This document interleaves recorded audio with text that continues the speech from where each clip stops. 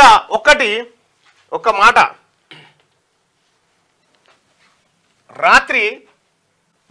నిన్న రాత్రి first night జైల్లో గడిపింది కదా, ఫస్ట్ ఒక రోజు జైల్లో గడిపింది కదా, ఆమె ఏం ఆలోచిస్తుంటది జనరల్ గా?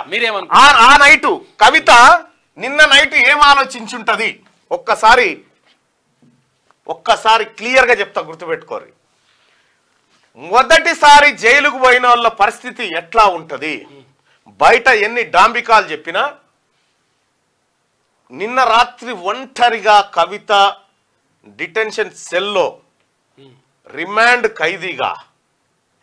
ఖైదీగా అందులో పడుకుంటే నిద్రపోదు. నాకు తెలిసి నిన్న రాత్రి కవిత నిద్ర కూడా పోలే.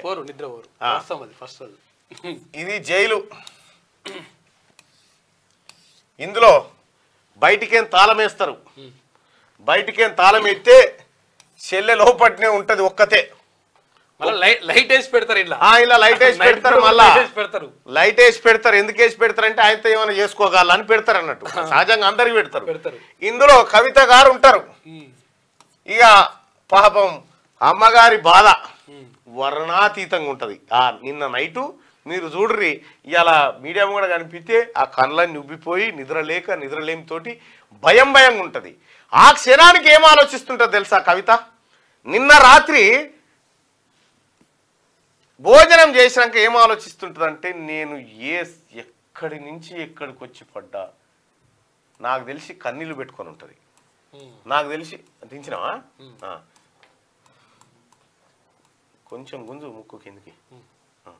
అయితే నిన్న రాత్రి ఏం ఆలోచిస్తుంటదంటే, ఎక్కడి నుంచి ఎక్కడికి వస్తే అమ్మా అని అంతర్మదనం స్టార్ట్ అవుతుంది.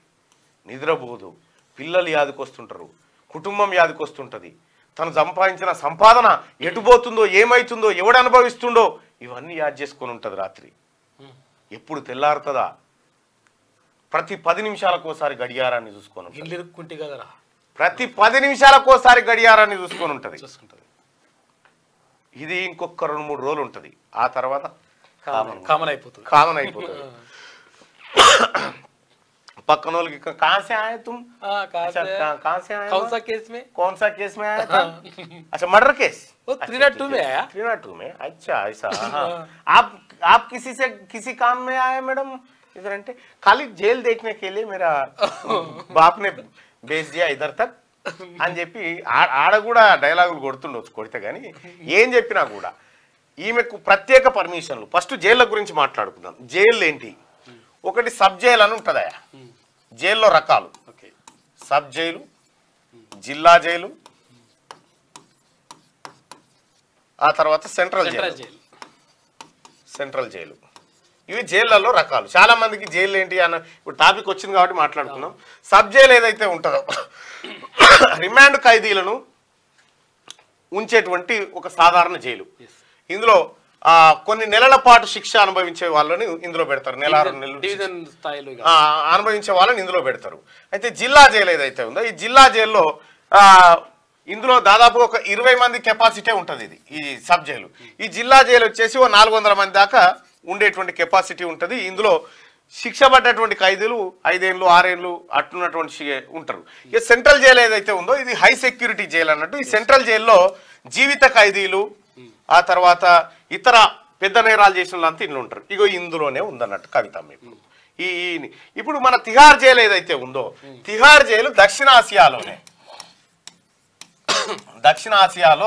అతిపెద్ద జైలు ఇది. 400 ఎకరాల విస్తీర్ణంలో ఉంటుంది. 400 ఎకరాల విస్తీర్ణంలో ఉంటుంది. ఇది ఢిల్లీ నుంచి 7 కిలోమీటర్ల దూరంలో ఉన్నటువంటి తిహార్ అనేటువంటి ఊరు దగ్గర ఉంది. తిహార్ అనే ఊరు దగ్గర ఉంది కాబట్టి తిహార్ జైలు అన్నారు. ఇక ఇందులోనే ఈ తిహార్ జైల్లోనే ఇప్పుడు ఉన్నటువంటి మనీష్ సిసోడియా, ఆ తర్వాత అక్క తమ్ముడు చంద్రశేఖర్ అక్క తమ్ముడు కూడా అలానే ఉండు. నేతి డబ్బాలు ఇచ్చినట్టు అక్క ప్లీజ్ వెల్కమ్ అక్క, నేను నిన్ను ఇలా కలుసుకుంటా అక్క అని చెప్తాను. అయితే ఇందులో దాదాపుగా మహిళలకు సపరేట్ జైలు ఉంటుంది, పురుషులకు సపరేట్ జైలు ఉంటుంది అన్నట్టు. ఇందులో వీళ్ళు కలిసేది ఉండదు. ఇక్కడ కవిత గారు ఉన్నటువంటిది డిటి సిటి తర్వాత ఇవి ఉంటాయి అన్నట్టు. అంటే వీళ్ళు ట్రయల్లో ఉన్నటువంటి వాళ్ళు, వీళ్ళు కన్విక్షన్ అయినటువంటి వాళ్ళు వీళ్ళు ఉంటారు. అయితే వీళ్ళకి కూడా నెంబర్ కేటాయిస్తారు, వీళ్ళకి నెంబర్ కేటాయిస్తారు, అందరికి నెంబర్ కేటాయిస్తారు. నెంబర్ కేటాయించరు అనేది ఉండదు, అందరికంటూ ఒక నెంబర్ ఉంటుంది అన్నట్టు. ఇక 5 1 2 3 అనగానే కథం కథ. అయితే ఇక్కడ ఉన్నటువంటి వాళ్ళకి ఏం చేస్తారంటే వాళ్ళ ఆరోగ్య పరిస్థితి ఇతర వివరాలు చూసి కొన్ని ప్రత్యేక సౌలతులు కల్పిస్తారు. వాళ్ళకి బెడ్ ఉంటుంది, ఇంటి నుంచి భోజనము, ఆ తర్వాత బెడ్డు, ఆ తర్వాత పుస్తకాలు, ఆ తర్వాత లైబ్రరీ, ఆ తర్వాత టీవీ, ఇవన్నీ ఉంటాయి. ఈ టీవీ ఏదైతే ఉంటుందో ఈ జైల్లో ఉండేటువంటి టీవీలో దూరదర్శన్ యాదగిరి వస్తాయి, ఆ తర్వాత ఇంకోటి సప్తగిరి ఇవే వస్తాయి అన్నట్టు. ఈ సప్తగిరి దూరదర్శన్ ఛానల్ వస్తాయి, ఇంకోటి రానియరు. అయితే ఈ రకమైనటువంటి ఉంటుంది. సాధారణంగా భోజనం జైళ్ళల్లో భోజనం ఎన్ని గంటలకు పెడతారంటే డిన్నర్ సాయంత్రం 5 గంటలకి, 4 గంటలకి, ఇంకా 4 గంటలకు వస్తుంది, 5 గంటలకు భోజనం, డిన్నరే 5 గంటలకు, సాయంత్రం నైట్ డిన్నర్ 5 గంటలకి, 6 గంటలకు లోపడేసి తాళం వేస్తారు. 6 గంటలకు లోపడేసి తాళం వేస్తారు. ఇక మళ్ళీ పొద్దుగాల 6 గంటలకు తీస్తారు. 12 గంటలు అందులో ఉండాలి. 12 గంటలు అందులో ఉండాలి. ఇక అయితే ఇక్కడ కొంతమంది పనులు చేస్తూ ఉంటారు కదా, తెల్ల బట్టలు వేసుకొని, తెల్ల బట్టలు, గ్రీన్ బట్టలు, తర్వాత బ్లూ కలర్ బట్టలు వేసుకుంటారు. బ్లూ కలర్ బట్టలు వేసుకునేటువంటి ఖైదీలేమో అందులో ఉండే ఫ్యాక్టరీలో పనిచేస్తారు. తెల్ల బట్టలు వేసుకునే వాళ్ళకేమో శిక్ష అనుభవిస్తున్నటువంటి ఖైదీలు. ఇక ఇంకో గ్రీన్ కలర్ ఏమో సత్ప్రవర్తన కలిగినటువంటి ఖైదీలు అంటే విడుదలకు సిద్ధంగా ఉన్న వాళ్ళని జైలు బయటకు కూడా పంపిస్తారు. అట్లా పోయి ఆ పనులను చేసుకొని వస్తారు, మళ్ళీ జైల్లోకి వస్తారు అన్నట్టు. ఇక ఓపెన్ ఎయిర్ జైల్స్ అని ఉంటాయి కొన్ని. మొత్తం భారతదేశంలో 1319 జైళ్లు ఉన్నాయి. 1319 జైళ్లు ఉన్నాయి. గోవా అండ్ చండీగఢ్ అతి తక్కువ జైలు ఉన్నటువంటి రాష్ట్రాలు. ఇక మన తాను 36 37 ఉన్నట్టున్నాయి మన తెలంగాణ. పెద్ద జైలు అయితే చెంచల్గూడ జైలు, చెర్లపల్లి జైలు, ఈ 2 జైళ్ళకి ఇద్దరం పోయించాం. అయితే ఈ జైలు కూడా అనలే, ఈ కుటుంబానికి ఈ జైలు కూడా అనలే. రాసిపెట్టి ఉంది తిహార్ జైలు అని. దానికి ఎవడేం చేస్తాడు? నుష్టి మీద రాసి ఉంది తిహార్ జైలు అని. నేను చెప్తున్నాగా, మన డ్రామారావు కూడా ఈ జైళ్ళలో వడితట్టు అయితే కొడతలేడు. ఎందుకంటే ఈ జైళ్ళలో వడితట్టే కొడతలేదు కేసీఆర్ కుటుంబం. అంతా బయటనే వడితట్టు కొడతా ఉంది.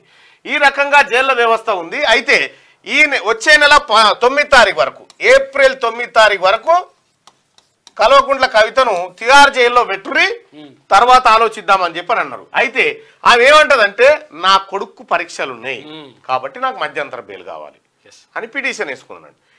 కొడుకు పరీక్షలుంటే, ఇదివరకు నీ కొడుకు పరీక్షలు ఉన్నప్పుడు నువ్వు అమెరికా తిరగబోతివి, లండన్ పోతివి, అటు పోతివి, ఇటు పోతివి. అప్పుడు కొడుకు పరీక్షలు యాదికి రాలి, ఇప్పుడు కొడుకు పరీక్షలు యాదికి వస్తా ఉన్నాయి. చూసినావా కవితమ్మ ఎట్లుంటుందో? మీరు మందిని జైళ్ళల్లో పెట్టినప్పుడు మీకు తెలవలే, ఇది అన్యాయంగా జైల్లో పెట్టినప్పుడు మీకు తెలవలే. ఇప్పుడు అనుభవిస్తావు, ఇంకా అనుభవించేది ఉన్నది మీరు. ఇప్పుడు కూడా తెలంగాణ జనము అయ్యో పాపం అరెస్ట్ చేసినట అన్నోడు లేడేవాడు. అయ్యో ఎవరన్నా కనీసం ఎంత లంగాన గాని ఎంత దొంగన గాని, ఇప్పుడు రాజ్యపూజ్యం 1, అవమానం 6 ఉన్నా కూడా ఓ లెక్క. ఈడనేమో నీకేమో రాజ్యపూజ్యం 0, అవమానం 60 ఉన్నది తల్లి. నీ పరిస్థితి ఏదో పంతులు గారు చెప్తా ఉండే.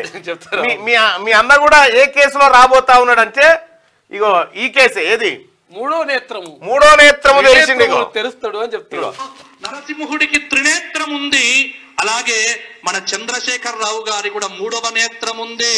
ఎవరెవరు ఏం చేస్తున్నారో, ఎవరిని కలుస్తున్నారో, ఎవరితో మాట్లాడుతున్నారో అన్ని విషయాలు త్రినేత్రంతో గ్రహించగలుగుతారు. కాబట్టి చాలా జాగ్రత్తగా ఉండవలసిందిగా నాయకులైనటువంటి వారికి ముఖ్యమైనటువంటి సూచనగా చెప్పడం జరుగుతోంది. ఇక ఈ ఫోన్ ట్యాపింగ్ ఫోన్ ట్యాపింగ్ గది మీ కథ, మీరు చెప్తారు తల్లి.